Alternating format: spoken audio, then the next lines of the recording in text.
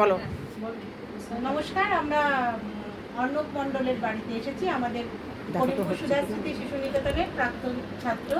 আপনারা ইতিমধ্যে জেনে গেছেন যে অর্ণব মণ্ডল নদিয়া জেলার মধ্যে চতুর্থ হয়েছে এবং করিমপুর 1 ও 2 ব্লকের মধ্যে প্রথম হয়েছে। আমরা করিমপুর সুধাস্মৃতি শিশু নিকেতনের টিচারদের পক্ষ থেকে অভিনন্দন জানাতে এসেছি অর্ণবকে। অর্ণবের ভবিষ্যৎ জীবন আরও সুন্দর হোক, উত্তরোত্তর শ্রীবৃদ্ধি হোক। তা অর্ণব, তোমাকে প্রশ্ন করছি, তোমার এই সাফল্য যে পেয়েছো, এতে তুমি খুব আনন্দিত তো? হ্যাঁ, খুবই আনন্দিত না? আচ্ছা, তুমি এখন কোথায় ভর্তি হয়েছো পড়াশোনা নিয়ে সাফল্যের পরে? এখন Kolkata Narayan school CBSE board new টাউনে। তুমি ভবিষ্যতে কি হতে চাও? ভবিষ্যতে আইআইটি কলেজ থেকে পুরো ইঞ্জিনিয়ার হতে চাই। ইঞ্জিনিয়ার হতে চাও আইআইটি কলেজ থেকে। তুমি তো এর আগে কোন মাধ্যমিকটা কোন স্কুল থেকে দিয়েছো? মহিষবাথান মনোজমোহন বিদ্যালয়। আর প্রাইমারি স্কুলটা তুমি কোথায় পড়েছো? প্রাইমারি স্কুল আমি করিমপুর সুধাস্মৃতি শিশু নিকেতন। আচ্ছা, করিমপুর সুধাস্মৃতি শিশু নিকেতন থেকে পড়েছো এবং আপনারা সকলেই জানেন এবার আমাদের করিমপুর 1 ও 2 ব্লকে আমাদের প্রথম 3 জনই আমাদের স্কুলের হয়েছে এবং পরবর্তীতে আরও নাম আছে। তা আমরা অর্ণব যে এত সুন্দর নাম্বার পেয়েছে তাতে আমরা খুব আনন্দিত। তা অর্ণবকে বলবো, করিমপুর সুধাস্মৃতি শিশু নিকেতনে যখন তুমি পড়তে, তার থেকে তুমি কি সাহায্য পেয়েছো তোমার এই সাফল্যের পিছনে? মানে ছোটবেলা থেকে যে ডিসিপ্লিন শিখেছি আমি করিমপুর সুধাস্মৃতি শিশু নিকেতন থেকে, সেটা আমার খুব কাজে লেগেছে। টাইম ম্যানেজমেন্ট, তারপরে প্রথম যে অ আ ক খ এবিসিডি, ওটা মানে যে বেস, যে ভিত্তি তৈরি হয়েছিল তার ভিত্তিতে আমি এতদূর পৌঁছেছি। তো আমার এই সাফল্যের পিছনে সুধাস্মৃতি শিশু নিকেতনের অবদান অনস্বীকার্য। তোমার ভিত তৈরিতে সুধাস্মৃতি শিশু নিকেতন একদম পারফেক্ট হয়েছে। তা আমরা তোমার কাছে জানতে চাইছি যে আমাদের স্কুল তো এখনো চলছে, শ্রীবৃদ্ধি হচ্ছে স্কুলের। তার যে সমস্ত স্টুডেন্ট আছে, ছোট ছোট ভাই বোনরা আছে, তাদের উদ্দেশ্যে তুমি কি বলতে চাও?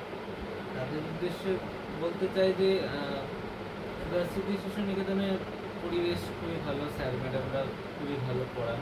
তো তারা সেখান থেকে অনেক ডিসিপ্লিন শিখবে, সেখান থেকে অনেক বড় জায়গায় যেতে পারবে। তারা ভালো করে পড়াশোনা করুক। অবশ্যই সুধাস্মৃতি শিশু নিকেতনের স্যার ম্যামরা অবশ্যই তাদের পাশে আছে। আর তুমি তো এই পড়াশোনার পাশাপাশি গানও করো। হ্যাঁ, তা এই যে গানটা যেমন এখন নিয়েছো পড়াশোনার পাশাপাশি, তা ছোটবেলায় তো আমাদের সুধাস্মৃতি শিশু নিকেতনে গান আবৃত্তি এগুলো তো আছে, কম্পিউটার এগুলো আছে, এগুলো তোমাকে কতটা সাহায্য করেছে পাশাপাশি পড়াশোনার পাশাপাশি? হ্যাঁ, অবশ্যই পড়াশোনার পাশাপাশি যদি এক্সট্রা কারিকুলার অ্যাক্টিভিটি করা যায় তাহলে ব্রেনের ডেভেলপমেন্টটাও ভালো হয়। তো সুধাস্মৃতিতে যেমন কম্পিউটার এগুলো শিখেছি, যেগুলো আমার ভবিষ্যতে ইঞ্জিনিয়ারিং অবশ্যই কাজে লাগবে। ড্রয়িং, মানে আমার যখনই মানে ড্রয়িংটা আমি শিখেছি সুধাস্মৃতি শিশু নিকেতনে, সেটা আমার মানে উচ্চ ক্লাসে আমার খুবই কাজে লেগেছে। যেমন লাইফ সায়েন্সে, জিওগ্রাফিতে আমি প্রত্যেকটা কোশ্চেনে ছবি দিয়েছি, আমাকে 1 নম্বর কোশ্চেনে আমি ছবি দিয়েছি।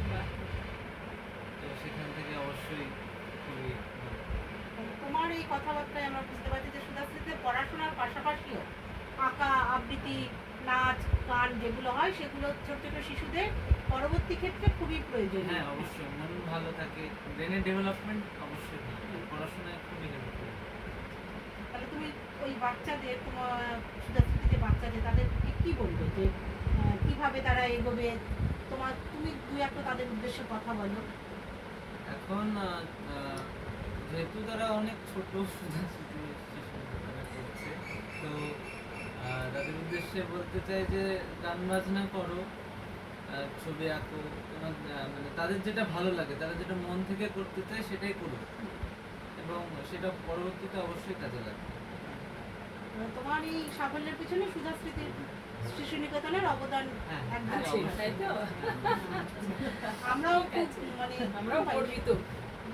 আমরাও খুব গর্বিত তোমাদের মতো স্টুডেন্ট পেয়ে এবং তোমাদের রেজাল্ট পেয়ে। আমরা চাই আরো বড় আমাদের উচ্চ মাধ্যমিকে আমরা আসতে পারি।